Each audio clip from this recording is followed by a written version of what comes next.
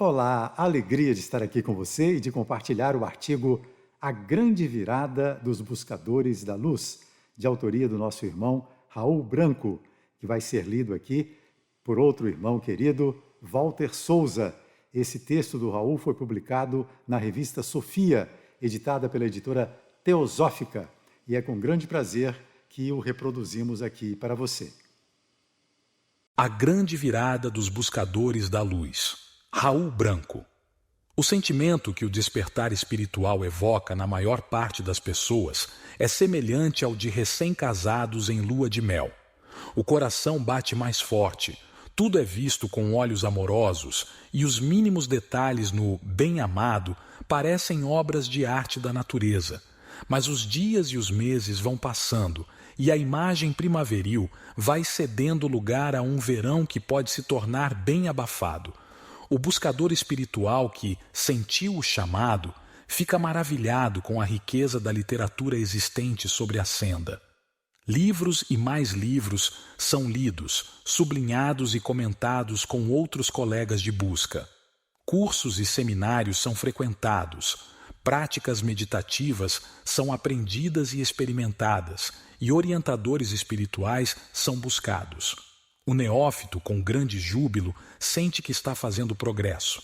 Passam-se os anos e, finalmente, o postulante se dá conta de que acumulou muita informação em sua mente, fez progresso em algumas práticas, conseguiu superar alguns empecilhos para o caminho, mas que o grande objetivo, a mudança interior, não está progredindo no mesmo ritmo que seu conhecimento da literatura.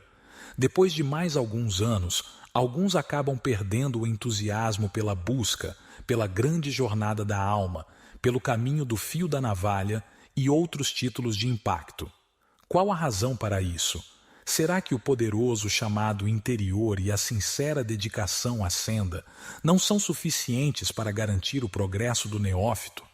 Sabemos que o chamado interior e uma aspiração ardente são requisitos necessários, mas não suficientes. É preciso também discernimento e muita determinação para fazer a coisa certa, para superar os bloqueios que tendem a dificultar o tão ansiado progresso do buscador. Sem um conhecimento mínimo de psicologia prática, o buscador acaba dedicando muito tempo e energia a questões alheias aos bloqueios que dificultam e até mesmo impedem seu progresso. E quais são esses bloqueios? Uma palavra é suficiente para identificá-los. Seu nome é mudança. Nosso pequenino, mas extremamente poderoso, ego consegue direcionar nossa atenção para longe do que realmente importa na senda de retorno à casa do Pai, a mudança interior. Sabemos que o segredo do progresso na senda está em nosso interior, pois nossas ações são determinadas por nossos pensamentos e sentimentos que, por sua vez, geralmente já foram decididos de antemão. Parece estranho que grande parte de nossas escolhas já foram feitas, antes mesmo de serem consideradas. A razão para isso é que uma parte considerável de nosso comportamento é predeterminada por nossos condicionamentos. Os condicionamentos são mecanismos extremamente sofisticados que permitem ao cérebro despender muito pouca energia para decidir o que fazer em inúmeras atividades de nossa vida diária. Muitos condicionamentos nos acompanham desde tenra infância. Foram iniciados com os ensinamentos de nossos pais e outros educadores. Eles estabelecem nossas crenças, que, por sua vez, determinam nosso comportamento nessas situações. Muitas crenças, preferências e até mesmo fobias foram estabelecidas por meio desse processo. Os psicólogos sabem como é difícil ajudar seus pacientes a mudar certos comportamentos e fobias prejudiciais, porque os pacientes podem não estar cientes de como seus hábitos foram criados e, com isso, criam barreiras para impedir a identificação da fonte de seus traumas. A identificação desse problema foi feita há mais de 2 milênios por nosso mestre, ao finalizar seu portentoso Sermão da Montanha, indicando o que precisamos fazer para alcançar nossa meta do reino dos céus. Todo aquele que ouve estas minhas palavras e as põe em prática será comparado a um homem sensato que construiu a sua casa sobre a rocha. Caiu a chuva, vieram as enxurradas, sopraram os ventos e deram contra aquela casa, mas ela não caiu, porque estava alicerçada na rocha. Por outro lado, todo aquele que ouve essas minhas palavras, mas não as pratica, será comparado a um homem insensato que construiu a sua casa sobre a areia. Caiu a chuva, vieram as enxurradas, sopraram os ventos e deram contra aquela casa, e ela caiu. E foi grande a sua ruína. Mateus capítulo 7, versículos 24 a 27. Até mesmo devotos sinceros podem estar inconscientes de que não estão seguindo os ensinamentos do Mestre em virtude do forte condicionamento de sua natureza inferior, governada pelo pequenino ego, agindo assim de forma inconsequente, quando não egoísta, em alguns aspectos de sua vida. A grande virada dos buscadores da luz demanda que consigamos desfazer o insidioso mecanismo que limita nosso progresso na senda, ou seja, a ilusão de sermos seres separados, muitas vezes referida como a ilusão da separatividade. Todos nós fomos condicionados a acreditar, desde nossa mais tenra infância, que somos nosso corpo ou nossa personalidade e que temos uma alma imortal. O corolário natural dessa crença é que temos a firme convicção de que somos separados de todas as outras pessoas, o que é verdadeiro para o nosso corpo, mas não para nosso verdadeiro ser, nossa alma. No entanto, o objetivo da vida espiritual é alcançarmos a experiência, a vivência interior da unidade de todos os seres. Com essa realização, estaremos capacitados a dar o último passo da jornada da alma, o conhecimento, a gnose de que somos todos expressões do Pai e Mãe Celestial, a fonte de toda manifestação que chamamos de Deus. Essa experiência é obtida no samadhi dos iogues avançados, no êxtase dos místicos dedicados e até mesmo nas muitas experiências de quase morte, EQMs. Esses expoentes da família humana passam a saber, de forma vivencial inquestionável, aquilo que muitos praticantes repetem automaticamente todos os dias em suas práticas espirituais. Eu e o Pai somos um, e eu sou uno com todos os seres. O conhecimento vivencial da verdade de que nós não temos uma alma, mas sim, que nós somos a alma imortal e que temos um veículo, nosso corpo físico impermanente, é o ponto de partida para a grande virada. Essa virada tem a ver com a operação da lei do karma, mais conhecida nos países ocidentais como a lei de causa e efeito. Essa lei é apresentada em várias passagens da Bíblia, sendo que uma das mais práticas é conhecida como a regra de ouro, apresentada no Sermão da Montanha. Tudo aquilo, portanto, que quereis que os homens vos façam, fazei-o vós a eles, pois esta é a lei de causa e efeito, e os ensinamentos dos profetas. Mateus capítulo 7, versículo 12. A grande virada demanda uma atitude sábia com relação à operação da lei de causa e efeito, como apresentada de forma explícita pelo apóstolo Paulo aos Gálatas. Não vos iludais. De Deus não se zomba. O que o homem semear, isso colherá. Gálatas capítulo 6, versículo 7. Estamos nos aproximando agora do objetivo desse ensaio, ou seja, da operação da lei de causa e efeito, com o que poderíamos chamar de instrumentos do karma.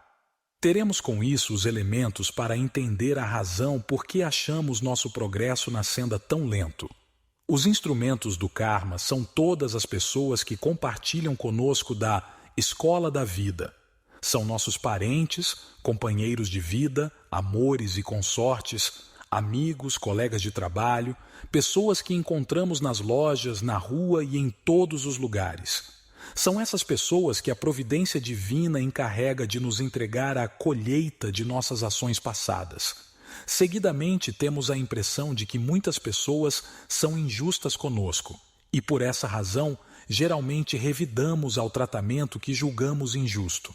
Vale lembrar os ensinamentos milenares do Mestre, especialmente aqueles relacionados ao comportamento dos outros para conosco, quando julgamos que estamos sendo injustiçados.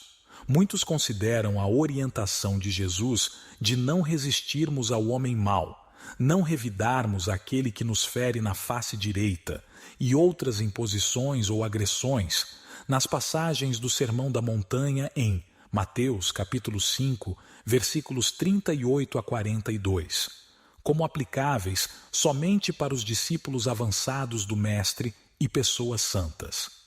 Lê do engano.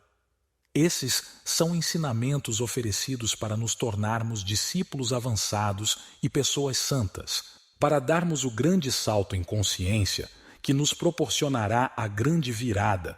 Precisamos unir os ensinamentos sobre a unidade de todos os seres, com o fato de que somos uma alma que usa diferentes corpos ao longo de séculos e milênios. Portanto, nossa colheita dos frutos que plantamos no passado, nesta encarnação ou em qualquer uma das muitas anteriores, será proporcionada por agentes do karma, que são todas as pessoas com quem interagimos em nossa vida diária.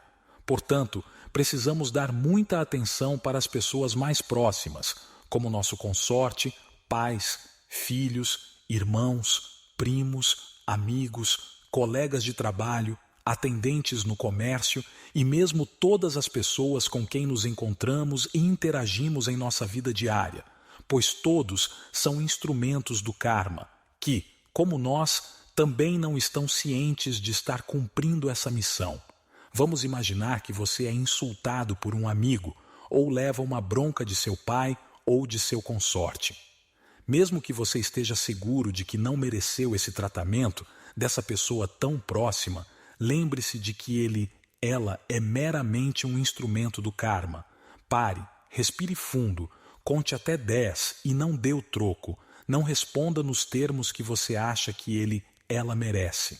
Lembre-se de que todos nós somos instrumentos do karma, uns dos outros. Portanto, se você recebeu um tratamento desagradável ou mesmo agressivo de uma pessoa próxima, não revide, porque com isso você estará criando as condições para receber esse mesmo tratamento mais tarde, outra vez e outra vez. A grande virada é simplesmente isso: aprender a não revidar quando recebemos um tratamento agressivo e desagradável que julgamos injusto, para não ativarmos outra vez a roda do sofrimento. É por essa razão que os sábios nos ensinam a sermos sempre gentis e prestativos, pois gentileza atrai gentileza, assim como agressividade atrai agressividade. A maior parte das pessoas estarão pensando 1001 argumentos para contestar essa sugestão de não revidar. Isso não significa que devemos nos tornar sacos de pancada, pessoas medrosas e sem caráter. Muito pelo contrário. É preciso muita coragem, determinação, sabedoria e autocontrole para seguir a orientação de Jesus no Sermão da Montanha. Bem-aventurados os mansos, porque herdarão a terra. O conceito de manso usado por Jesus deve ser entendido num sentido espiritual. O Mestre sabia que o ódio, a cólera, a violência, a mágoa e o rancor podem ser conquistados pela doçura e pelo amor. A força do manso está em sua atitude mental de controle da agressividade. Por isso ele oferece a outra face quando agredido, ou seja, oferece outra alternativa de abordagem. Não reage de forma gutural, instintiva e agressiva, mas age de forma consciente, sábia e desapegada. Por isso é dito que ele herdará a terra.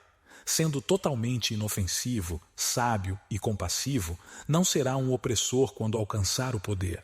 Ele herdará, como um iniciado elevado, o domínio sobre as leis e as condições do mundo exterior, sobre toda a manifestação divina, inclusive de sua própria natureza, pois ele é confiável no uso do poder.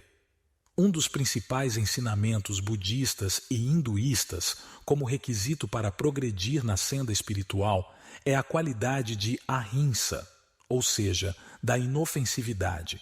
Mas, se você acha que precisa estar preparado para se defender fisicamente em certas ocasiões, procure então aprender a arte marcial de Aikido. Se você acredita que precisa interagir com as pessoas em nosso mundo competitivo e muitas vezes agressivo, você encontrará um método construtivo e eficaz que não lhe fará incorrer em karma negativo, estudando e colocando em prática a obra de Marshall Rosenberg, Comunicação Não Violenta.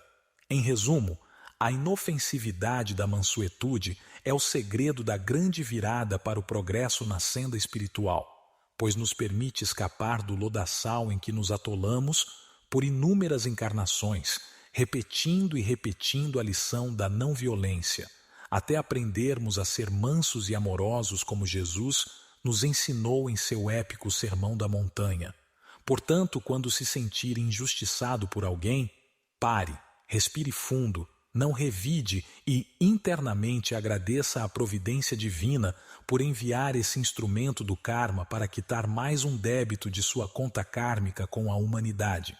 Essa lição é muito importante, pois é dito que para alcançar a grande iniciação, que nos tornará um mestre de compaixão e sabedoria, precisamos quitar inteiramente nosso karma com a humanidade.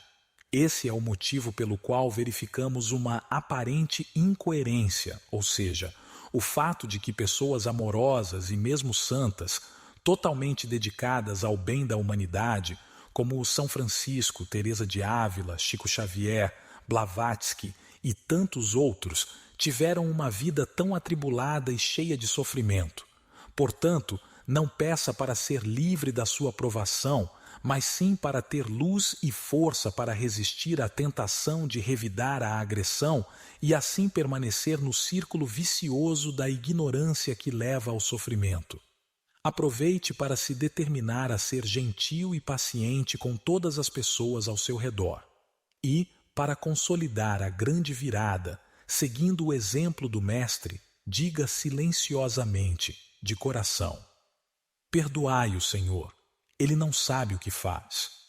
Aquele que consegue realizar a grande virada e passa a entender os mecanismos do karma, geralmente se determina a aproveitar essa mudança de vida para acelerar seu progresso na senda.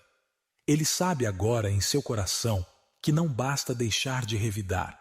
O próximo passo é tornar-se um instrumento do karma positivo, trazendo luz, paz, amor, harmonia e alegria para a vida das pessoas ao seu redor. Essa atitude e determinação vai despertar em sua mente e seu coração o que é chamado de Dharma nas tradições orientais, ou seja, sua missão de vida. Para cada temperamento dos 7 referidos na tradição esotérica, existe uma tendência natural para a atuação no mundo. Essas 2 etapas da grande virada refletem a essência do ensinamento do Senhor Buda. Quando foi solicitado a resumir seus muitos ensinamentos, o grande instrutor disse: cessai de fazer o mal, aprendei a fazer o bem. Todo mal deve ser terminantemente abolido da vida do praticante, mas fazer o bem deve ser aprendido, pois só os sábios estão capacitados para identificar o que as pessoas realmente precisam em cada situação para progredir na escola da vida. Namastê, namastê, namastê, namastê. Porque na vida a gente quer se conhecer pra